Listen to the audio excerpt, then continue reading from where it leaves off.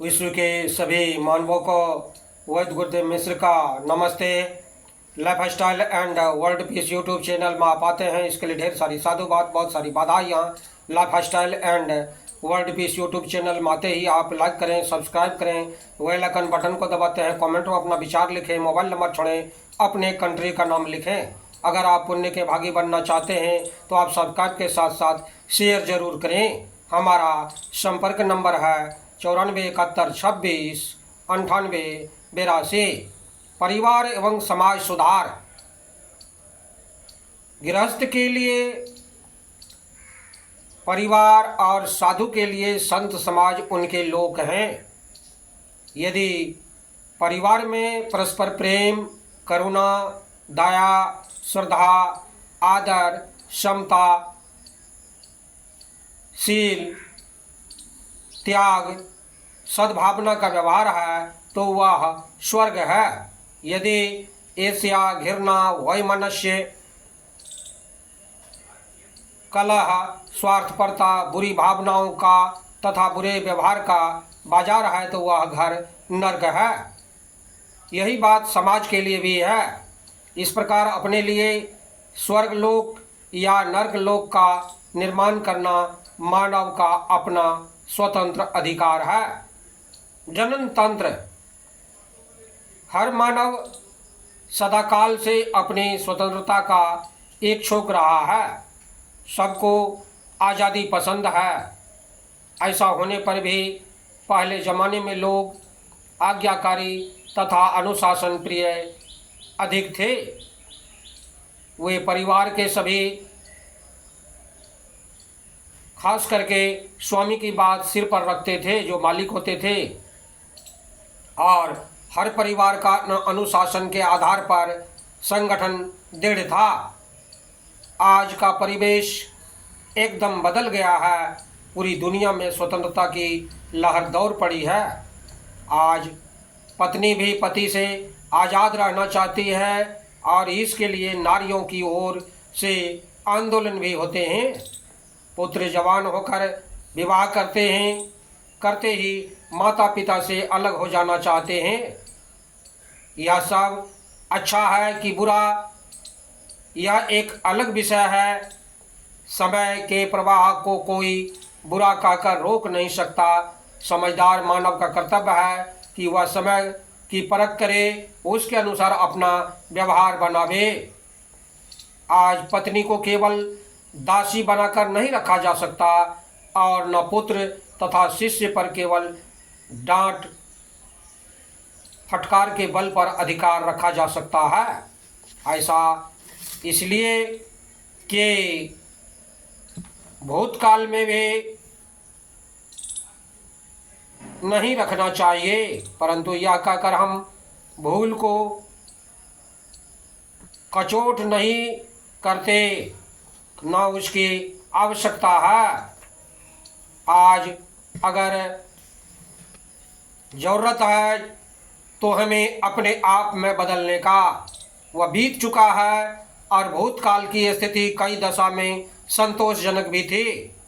परिवार या समाज के चाहे छोटे हों या बड़े हों, परिवार तथा समाज पर सबका समान अधिकार है। हर आदमी अपने घर का राजा होता है। अपने घर तथा समाज में सब सम्मान पूर्वक जीना चाहते हैं। मानव अपने घर और समाज के बाहर जाकर अपमान सह लेता, परंतु अपने घर एवं समाज में अपमान नहीं सह पाता। यह उसकी स्वभाव त्रुटि है, परंतु क्या कीजिएगा, मानव की ऐसी मानसिकता ही है। अतएव आपके परिवार एवं समाज में पूर्ण जनतंत्र की बड़ी आवश्यकता है। परिवार एवं समाज के हर सदस्य के साथ ऐसा समता एवं आदर पूर्वक व्यवहार होना चाहिए जिससे वे बड़े हों, छोटे या समझें कि मैं परिवार एवं समाज को एक महत्वपूर्ण कड़ी हूँ।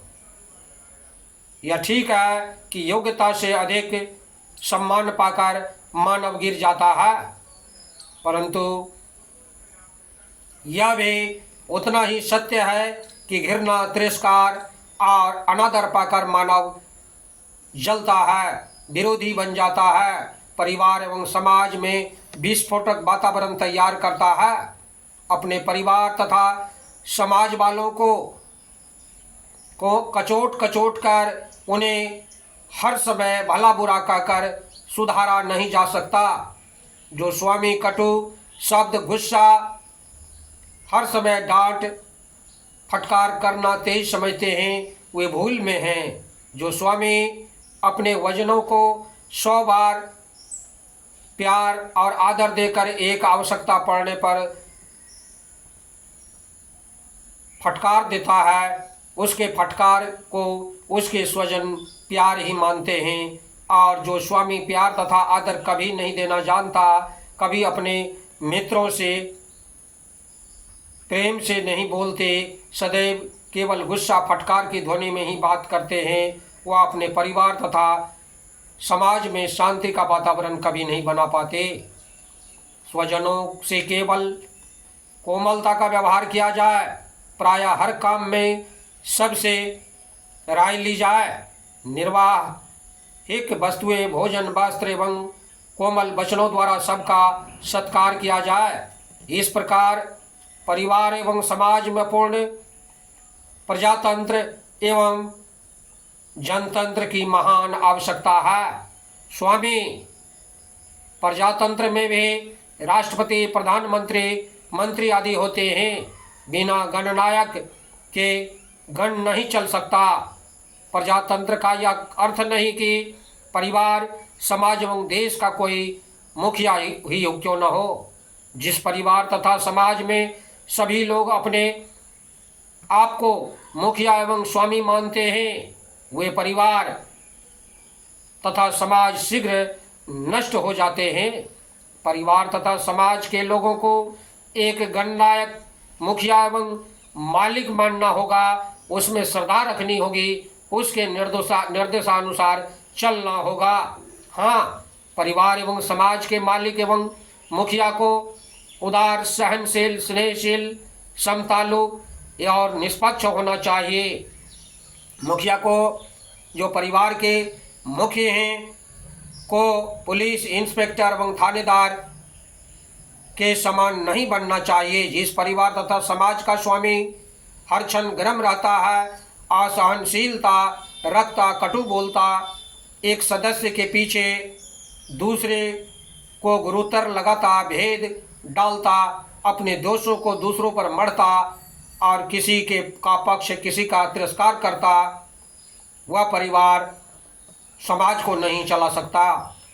वह थोड़े दिनों में परिवार तथा समाज से स्वयं तिरस्कृत हो जाते हैं। जो मालिक निस्वार्थी, उदार एवं सहनशील होगा, वही परिवार एवं समाज को कुशलतापूर्वक चला सकता है। मुखिया मुख के समान होना चाहिए। मुख खाता है केवल अपने लिए नहीं, उसका खाया पिया पूरे शरीर को पोषण करता है। शरीर में छोटे अंग हो या बड़े, सबका पोषण एक समान एक साथ होता है। इसी प्रकार परिवार एवं समाज का मुखिया पूरे परिवार तथा समाज का एक साथ समान पोषण करे। इसके साथ उसे आवश्यकता एवं योग्यता का भी ध्यान रखना पड़ेगा। बच्चों को स्नेह, घर के सभी बच्चों को स्नेह मिलना चाहिए। यह नहीं कि एक बच्चे को ऊंचे कपड़े ला दें, दूसरे बच्चे को फटी हालत में घूमते रहें।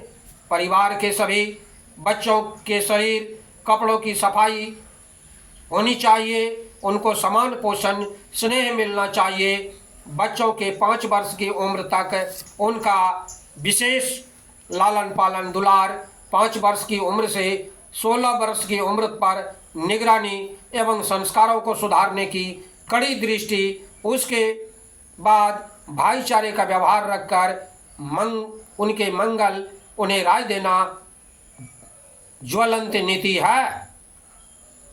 कि जवान लड़कों को डांट कर सुधारने की भूल कभी नहीं करनी चाहिए। उन्हें एकांत में स्नेहपूर्वक सम्मान देते हुए हानि लाभ सुझाकर सुधारने की प्रेरणा दी जा सकती है। जवान लड़के को केवल डांटते कोसते रहेंगे तो वह आपका विरोधी हो जाएगा, अयोग्य बन जाएगा। यदि उसे सम्मान देते हुए स्नेहपूर्वक सलाह देंगे और कार्य करने की जिम्मेदारियां देंगे तो वह आपका अनुगामी बनेगा, कुशलतापूर्वक बन जाएगा। सम्मान सबको प्रिय है। पुत्र शिष्य अपना अपमान नहीं चाहते। बच्चे उत्पन्न कर लेना तथा शिष्य बना लेना कोई बड़ी बहादुरी नहीं है। बहादुरी है स्नेह सम्मान पूर्वक उनके क्षेत्र में उन्हें प्रगति करने के लिए प्रेरित करना। बच्चों तथा शिष्यों को उनकी दिशा में उन्हें शिक्षित करना चाहिए। सभ्य व्यवहार बरतने की सीख देनी चाहिए। स्त्रियों का आदर महिलाओं के घर की लक्ष्मी है। महिला का आदर करना उनका सम्मान के समान है।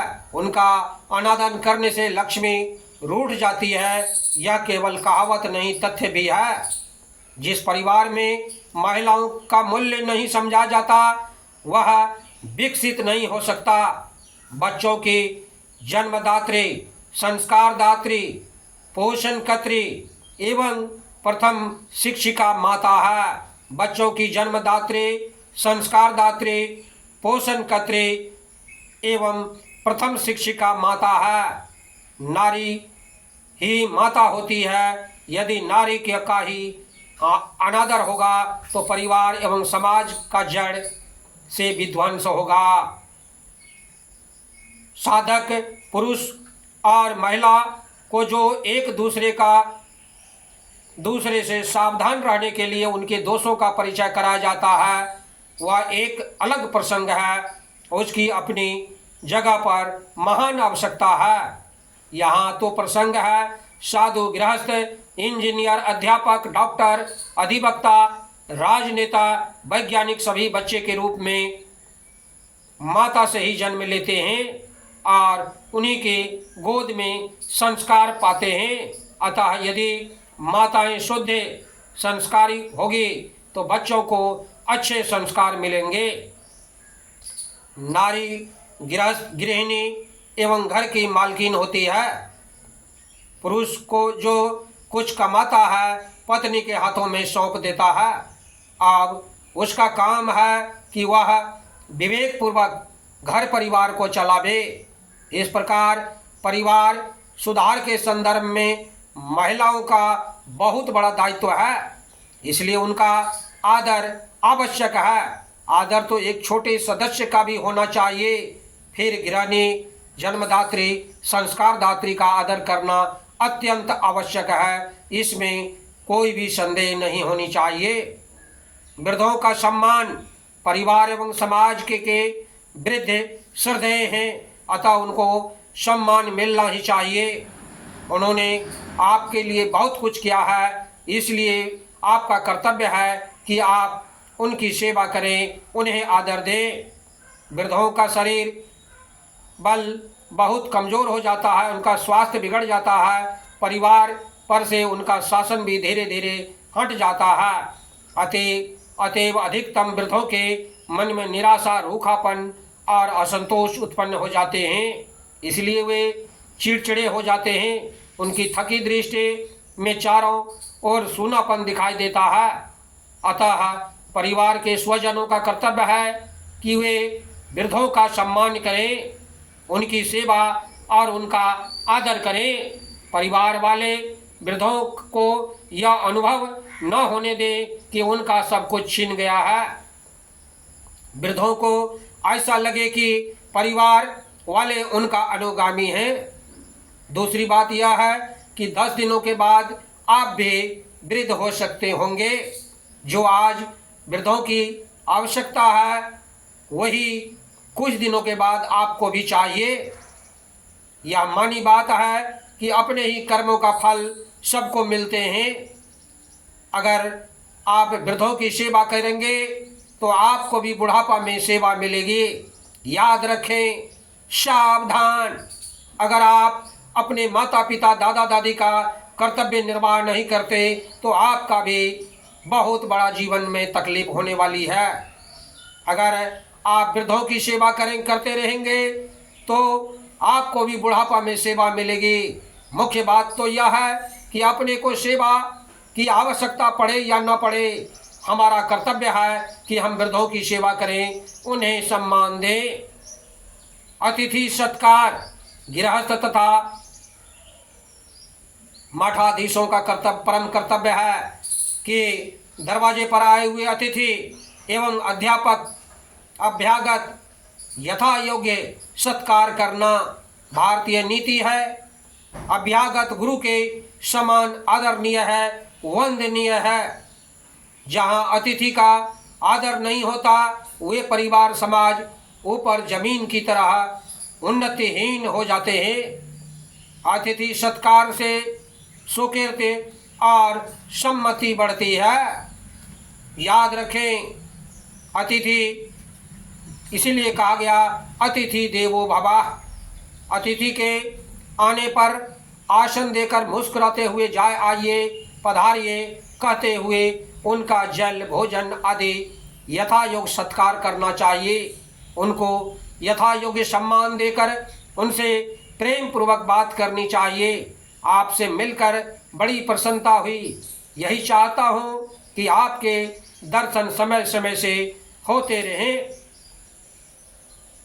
सायं की बैठक, जहाँ शाम को इकट्ठे होने पर एक दूसरे से खुलकर बातें नहीं करते, भेद रखते, एक दूसरे के सामने पड़ने पर गंभीर हो जाते हैं, एक साथ ना भोजन करते और ना बैठते, तो समझ लीजिए ऐसा परिवार समाज का विघटन शीघ्र होने वाला है।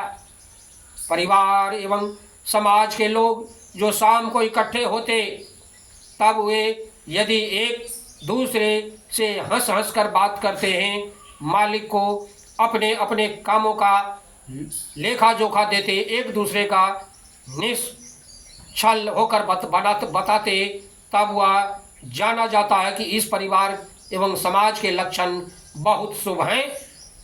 परिवार तथा समाज के सदस्यों को एक साथ भोजन करना चाहिए, एक साथ बैठकर दिल खोलकर बात करनी चाहिए, किए हुए काम का विवरण देना चाहिए, अगले दिन किए जाने वाले कामों का निर्धारण करना चाहिए, उन आगामी कामों का आपस में वितरण करना चाहिए।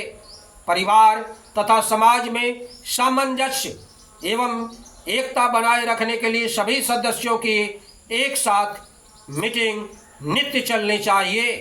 पाठ एवं कथा, साधु समाज में पाठ तथा सत्संग को धूमधाम से ही होनी चाहिए। गृहस्थ परिवार में भी कम से कम शाम को भोजन से पहले, भोजन के बाद अपने मान्य धर्म ग्रंथ का कुछ समय पाठ, उसके सदग्रंथों का स्वतंत्र रूप से प्रवचन होना चाहिए। शाम में पत्नी, माँ, बच्चे, संपूर्ण परिवार एक साथ संध्या प्रार्थना करना चाहिए।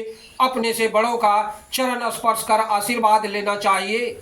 जिस घर में परिवार में पत्नी का, माँ का आदर नहीं होता, वह घर नरक हो जाता है। कबीर इस तरह से देखते हैं कि भी हमारे समाज में जब भी आगे बढ़ने की बात होती है, उस परिवार में सुबह शाम वंदना होती है, संध्या कालीन भी सभी परिवार एक साथ वंदना करते हैं, सभी परिवार में एक साथ भोजन करते हैं, एक दूसरे का हाल चाल पूछ करके शुभ रात्रि कह करके अपने अपने आराम कक्ष में जाते हैं। जिस परिवार में वंदनीय हो, जिस परिवार में समाज में वंदनीय हो, उस समाज का कल्याण होता रहता है। बंधु हमारे चैनल में आते हैं, इसके लिए ढेर सारी शुभकामनाएं, बहुत सारे साधुवाद। आप अगर पुण्य के भागी बनना चाहते हैं तो आप सब्सक्राइब के साथ साथ शेयर जरूर करें। धन्यवाद, नमस्कार।